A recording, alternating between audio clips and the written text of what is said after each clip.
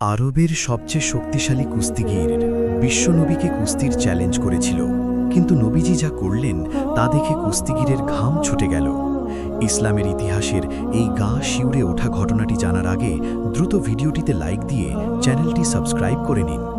রুকানা ছিল আরবের এমন এক কুস্তিগির যাকে আজ পর্যন্ত কেউ হারাতে পারেনি। একদিন সে নবীজিকে বলল, মুহাম্মদ, আপনি যদি আমাকে কুস্তিতে হারাতে পারেন তবে আমি ইসলাম গ্রহণ করব। নবীজি রাজি হলেন। বিশাল দেহি রুকানা নবীজির দিকে তেড়ে এলো, কিন্তু সুবহানাল্লাহ, নবীজি তাকে এক নিমিষেই আছড়ে মাটিতে ফেলে দিলেন। রুকানা অবাক হয়ে বলল, আর একবার হোক।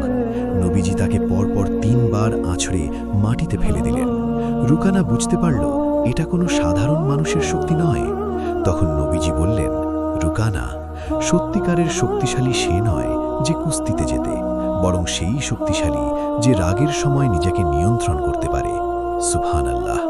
এরপর রুকানা ইসলাম গ্রহণ করে। আমাদের নবীজির শক্তি ও আদর্শ দুটোই সেরা ছিল। কমেন্টে আলহামদুলিল্লাহ